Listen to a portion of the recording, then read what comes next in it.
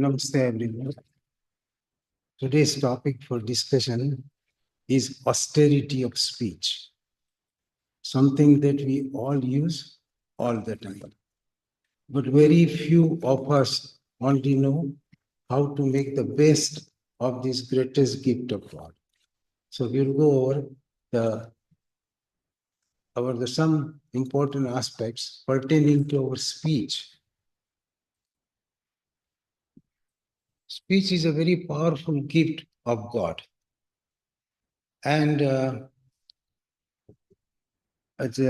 anybody can talk. Everybody can talk, but very few people know how to make the best use of this great gift. God has given this gift to us, and at the same time, He left the instructions for us how to make the best use of it. And that He did it in Bhagavad Gita, where He describes the austerity of body, austerity of mind, and austerity of speech. Austerity means tapa. In Sanskrit, the word is tapa. This word comes because you can purify anything with the heat. There are two purifying agents in the universe. One is wind, and the second one is heat, very powerful wind. So, say gold is contaminated and is 14 karat gold. You want to make it better, so you heat it up, melt it, and get rid of the impurities. So this process which removes the impurities is called tapa. The word tapa comes from there. So tapa means to make the things better, make our faculties better, make our whatever the gifts God has given better is called tapa. So there are three kinds of tapa, like I said, saririk tapa, bodily austerity, mansik tapa, or purifying our mind or making it more efficient. And the third one is the speech. So God advises us there's anudvegakaram vakyam. It's a beautiful sloka in 17th chapter where it says anudvegakaram vakyam satya priya hitam chayat swadhyay abhyasanam cheva vakmayata puchate. He defines what it is. So anudvegakaram. Udveg means agitation, irritation, disturbance, ripple. So the one which your word, which does not cause any excitement or disturbance in the listener, you should talk that kind of word. I should not say anything which will excite somebody and upset them. So anudvegakaram vakyam. So your sentence, which is formed of words, should be such that it does not create any turbulence in the listener. And at the same time, that word comes from a speaker whose mind is also serene and is not turbulent. So there are two requirements. The speaker has a mind which is serene, the well-thought words are coming from such a speaker, and the one listener is getting that words and is not causing any disturbance. So rule number one, anudvega karamba. At the same time, it has to be satya. So whatever you state has to be loaded with truth. Means you do not want to change it depending upon your own judgment, your own bias, or your own ego. Describing the thing as it is called satya.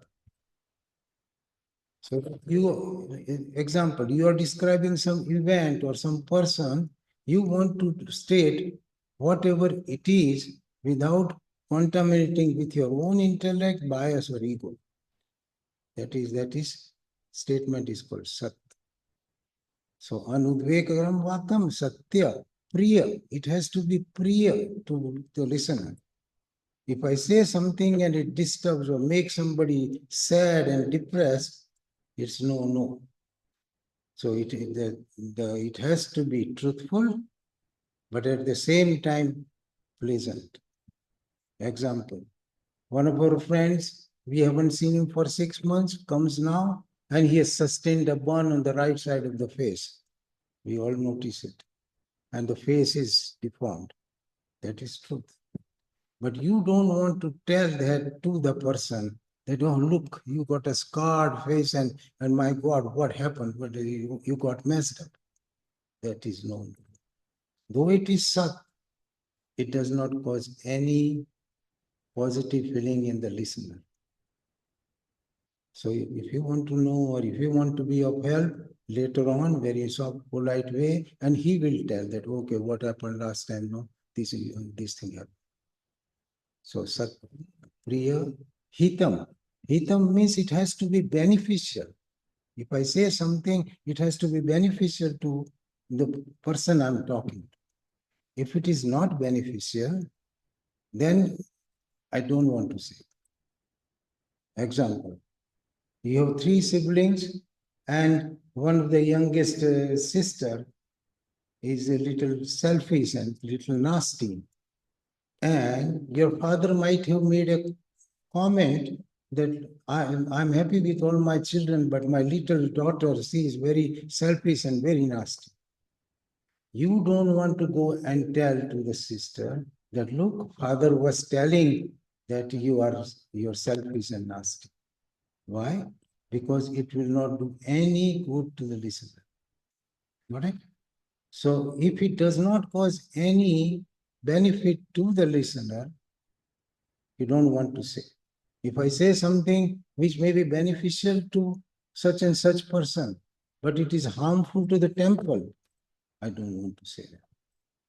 So it has to be beneficial to the listener as well as beneficial on a larger scale. It has to be. So Satyam Priya Hitam Chaya. Then 5th one comes Swadhyaya Abhyasanam Chaya. And this speech comes from a person who has studied the scriptures, digested the scriptures, and because of that, his mind is very pure and he thinks right. That is called Swadhyaya, self-study. Where does this all knowledge come from? It comes from scriptures, either from the guru, or from the books, or from the example of the great masters. So that's Swadhyaya, self-study. And those fundamentals that you have digested and rotates in your mind, that's how the mind becomes very mature. That's called Swadhyaya. And Abhyas. Abhyas means practice. You have practiced that off and on. You have heard, you have read, you have digested, and those truths are roaming in your mind. That's why your mind is very good. So the product of that mind, which you manifest as words, are very good. Swadhyaya Abhyasanam Cheva Vakamayata Puchate. When these 6 conditions are met, that is called the austerity of speech. Austerity means making it better. Like I said, anybody can talk, but the one who talks with these things concern about it, that is called austerity of the speech. So because the speech has an extreme capacity. You can make or break friendship with wrong words. You can make or break your family with a nasty, bad words. You can make or break your business, partnership, your marriage, anything you can break. Even it can create tremendous unhappiness in the society. It can create wars. It can bring peace and can solve the major problems. So the speech has a tremendous power. Everything happens because I talk to you, or one person talks to other, or there are meetings at the White House or wherever. How does it happen? It is interaction by speech.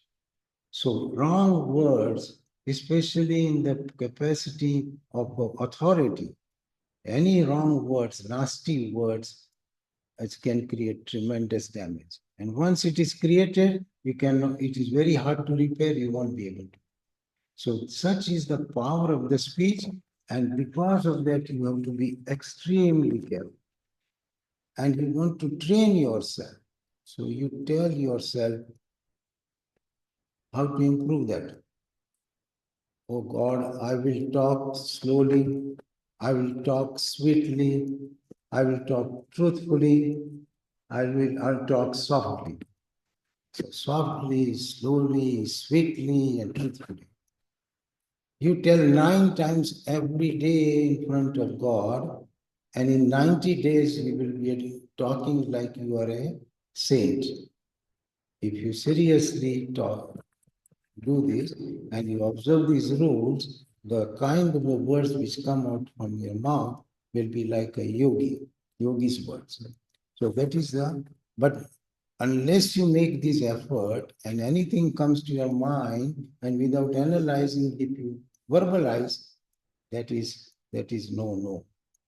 So the greatest scripture, our oldest scripture, Manusmriti advises that says Satya Putam Vadet Vacha. Satya means truth. Through truth, wash your words. Satya Putam. Putam is what? Satya Putam Vadet Vacha. Before you talk, see that is Satya. And Manasa Eva, Manasa Putam, you do your action by analyzing with your mind, thinking before doing it, thinking before talking. So that is the God's advice. The same advice Shankaracharya ji gives in Vivek Chudamani. In Vivek Chudamani, Shankaracharya ji, our greatest Acharya, says, Yogasya pratham dvaram vak nirodha. The first entrance or first step for yoga means union with God or to progress high in spirituality starts with vak nirodha. Restrain your speech. Yogasya pratham dvaram vak nirodha. Then it comes aparigraha, nirasa, niriha, and so you don't expect anything. Aparigraha means you are not holding anything. You are not expecting anything. You are not doing unnecessary futile activities, and living and staying in solitude. These are the 5 components which is considered the first entrance to yoga. And of that one, the speech is given the maximum. So we do not pay attention. So that's why there is whole chaos outside, especially our nation, India, and Indians. India is #1 most talkative nation on the planet. That is Swami Ranganathananda, who was the president of Ramakrishna Mission, in his great commentary on Vivek Chudamani, when he talks about this, he says our people have lost their mind, especially after our freedom.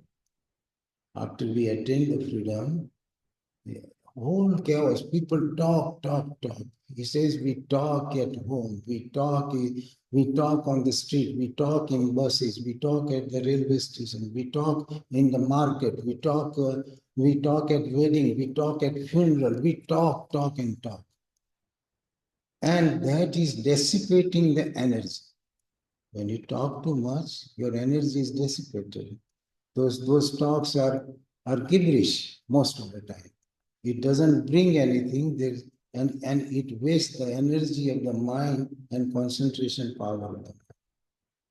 So the greatest advice is to be careful, be very measured for the words, and the same thing is advised again in Manusmriti. In Manusmriti, Manu Maharaj says, Na Bruyat, 6 rules. Similar to Lord Krishna said, similar comes in the Manusmriti. It says, Na Bruyat, means don't talk. Unless you have something important to contribute, don't talk. Means silence. Mourn. Why mourn? Because that is a tremendous capacity to regenerate your memory, your discrimination, and retention power of the mind. So if you don't talk, the silence is considered as most useful tool in the spiritual progress. Or for the serenity of your mind, it is very essential. Every religion has emphasized maun. Maun is not only keeping silence. Maun means no desire to talk. It's not that I'm not talking. If I'm angry at you, I'm not talking. That doesn't make me any serene. I'm still thinking that, okay, what is this lady doing? And I'm thinking bad. So my mind is spinning. So it is not only absence of words, but desire not to talk. Means there is nothing worthwhile to talk. So that is called moon. And moon is very important for our own peace of mind. And unless it is something that I can contribute significantly, I should not talk. So now bruyat, rule number first. Satyam bruyat, same thing as Lord Krishna said. Satyam bruyat, priyam bruyat, hitam bruyat. And then he says dharmam bruyat. If you want to talk, talk about dharma. Talk about the spiritual principles that you have read or you have digested and communicate to your fellow. So dharmam bruyat, related to dharma, you do. When you talk about dharma and you exchange, that is called satsang. See, like I read somewhere, Lord Buddha used to tell his disciples, what good are the spiritual words if you don't put it to practice? That simple sentence, which I must have read 20 years ago, has created a profound effect on my mind. What good are the spiritual literature or spiritual words if you don't practice?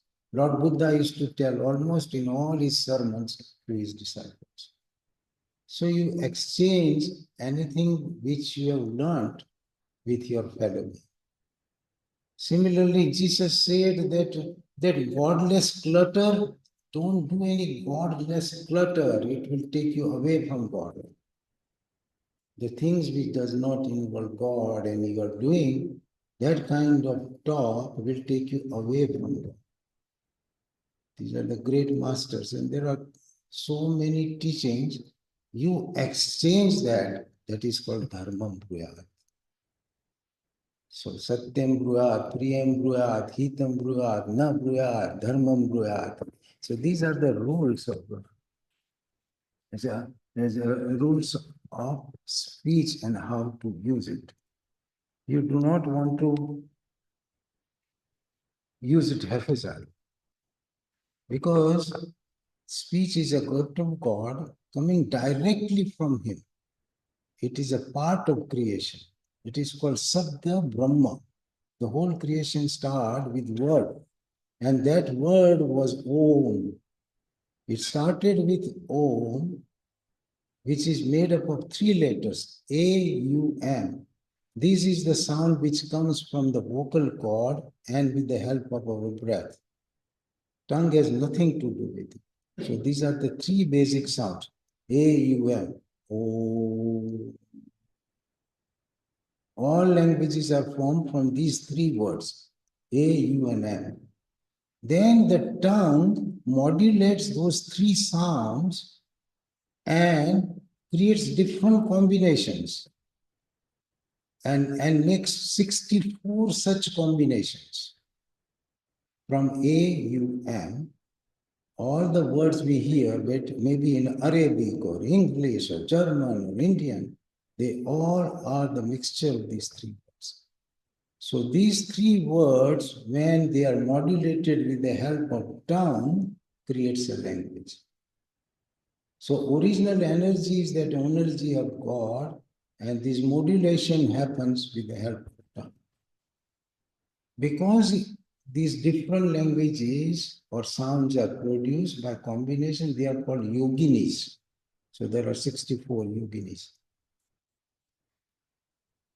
And the tongue is considered as an abode of Mother Saraswati, the deity which is responsible for this. Is goddess of speech and goddess of knowledge, goddess of wisdom is Saraswati. So the tongue is extremely important and the last organ which will fail in the body. All other senses will fail.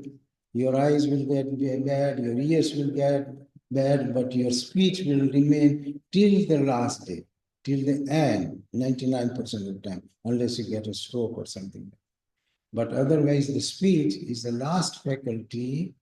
Even if somebody is short, he will be able to say a few words before his breath stops. So this is the power of the speech and power, and we have to use it extremely wisely. We want to use speech for the right reason, for the right cause. There are four kinds of speeches. One, we don't want to go near that. That is called gossip. Gossip means I am discussing with you something which does not affect you at all, does not pertain to you or to me. That is called gossip. Example. I'm discussing with you about Ambani's wedding. How many people he invited, what dresses were used, what heroes came there, how much money they spent, and we are discussing and spending half an hour, 2 hours. That's called gossip. It is of no concern to me. He's not going to invite me, or he's not going to change because of my opinion or her opinion, and we both wasted half an hour. These kind of talks, which does not have any concern, is called gossip. Then the normal speech, I come to your home and say, Dr. Chokshi, will you take tea or coffee, 1 spoon or 2 spoons sugar? That is normal speech. Third use of speech is to motivate the masses, which leaders give. There are two kinds of it. These great speeches can motivate millions at one time. During the freedom fight, Subhas Babu gave a lot of lectures. Mahatma Gandhi gave a lot of lectures. Vinoba Bhave gave a lot of lectures. That's also speech. But those speeches were full of truth and to rouse the nation against the British. So that is constructive speech. It could be destructive speech, and Hitler was a very good speaker. He used to shout and talk. But his intention and his method and the outcome of that speech, the material was nasty and create a lot of research. So that is destructive speech. And fourth kind of speech is the speech which comes from great masters like Lord Buddha, Lord Mahavir, and they talk, or Bhagwan Ramakrishna or Vivekananda, their speeches, recorded written speeches, they inspired the people and put them in the right path in the spiritual course. That is called, these are called sermons. This is the highest, best use of speech. So that is the four different kinds of speeches. So we have to master on that. No gossip, very careful with the words, no nasty words. If you see somebody, you welcome, oh, nice to see you. You don't see that you never show up here, you came after 6 months. that is not going to help. So that's nasty, that's sarcastic, nasty, unnecessary. You don't want to insult anybody on their family. Like your brother-in-law is irregular and he's stuck in some bad business. You don't want to make a bad comment. And if you're concerned, you say that, okay, he is in trouble, I can suggest this thing. But you don't say that Sara Khandan bekar hai. If you said that, you will have animosity with your wife forever. Third thing, you don't insult the nationality of or race of a person. You don't say you all Latinos, you're stupid. Or you don't say all Indians, you are crooked. If there is a crook, you say you are crook. But don't say you Indians are crooks, you Latinos, you are foolish, you Filipinos, you don't know anything. So never assault on the race, never assault on the family. So be very careful and gentle in the use of the words. And the use of the words makes the difference. So these are the things which speech is given for us, given to us for a good purpose, to learn, to communicate the truth from one soul to another. All these spiritual information in, especially in Sanatana Dharma, came by word of mouth. That's why from one guru to another through generations, because those times there were no books or no written things or nothing. And that's why we in our Sanatana Dharma, they say, who is the best guru? One who is Shotriya Brahmanistha, the one who is well heard and one who is established in Brahman, or one who has experienced himself, is called a real guru. Shotriya means well heard. So that much is the importance of a speech as well as the transmission of knowledge by that method. So God says that use it in a very, very conservative manner, very constructive manner, with awareness of every word that comes out. It will keep you out of trouble. It will solve the problems. The energy will be more. And use the tongue for the purpose it is given. And the highest purpose of the tongue is to do a japa. To chant the name of the Lord is the highest purifying agent for the tongue. If you want to purify your language, which comes from tongue, is not Listerine gargles. No, it is japa. You do chanting that purifies your language, purifies your mind, it keeps your mind busy with the divine words. It keeps it away from the secular activities and creates tremendous peace.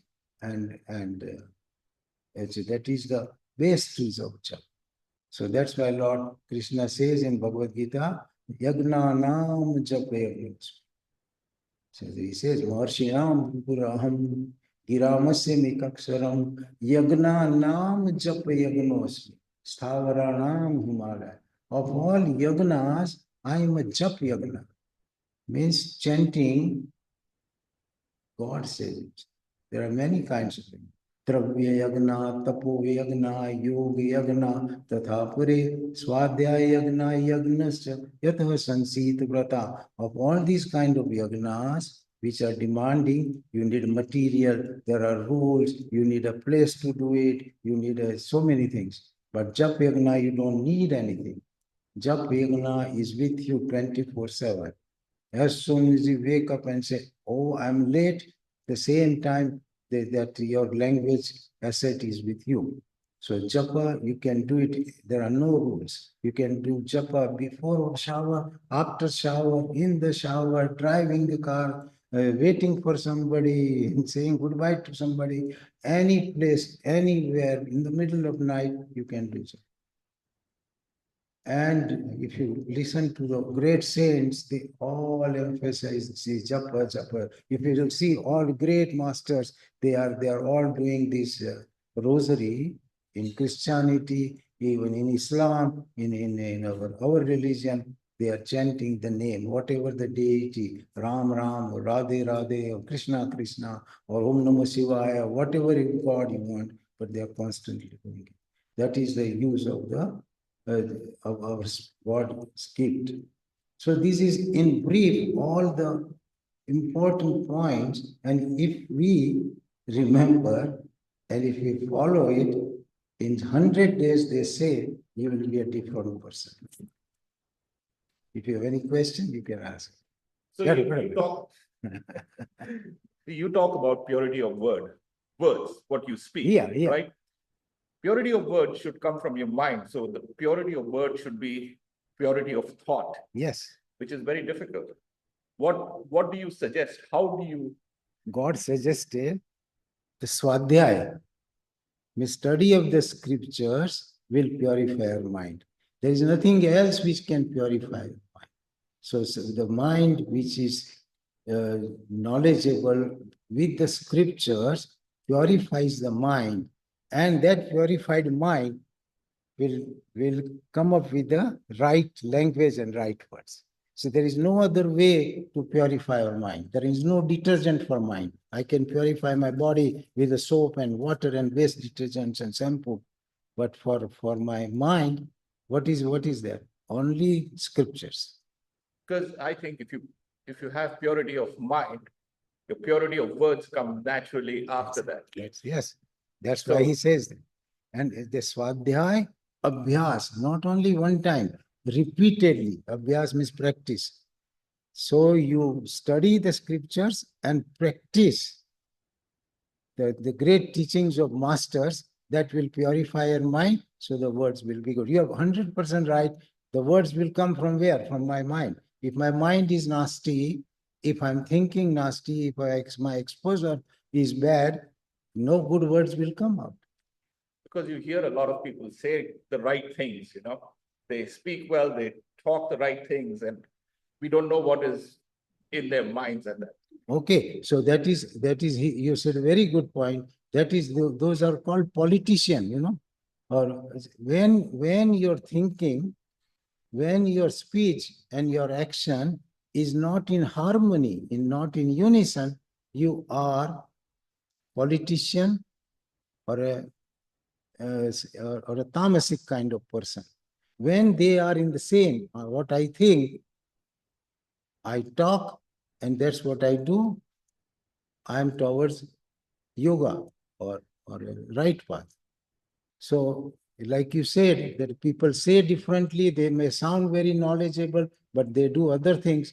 That is not what is a right thing to do, and it is we have to be careful. That's why we give great importance to the words of great masters like Subhas Babu or Gandhi ji or Swami Vivekananda. We value them because whatever they said, first of all, they learned scriptures. They all had Bhagavad Gita in their pocket and they mastered. So that is one thing. Then they practiced it. Then they talked about it, and then they did all in one unison. That's why they were greatest yogis. The politician which says something today and to get votes to different groups, they are not called yogis. Mahatma Gandhi was a yogi, but Jina you cannot call yogi, because when the things were partitioned and things were going in the right direction, he excited the riots.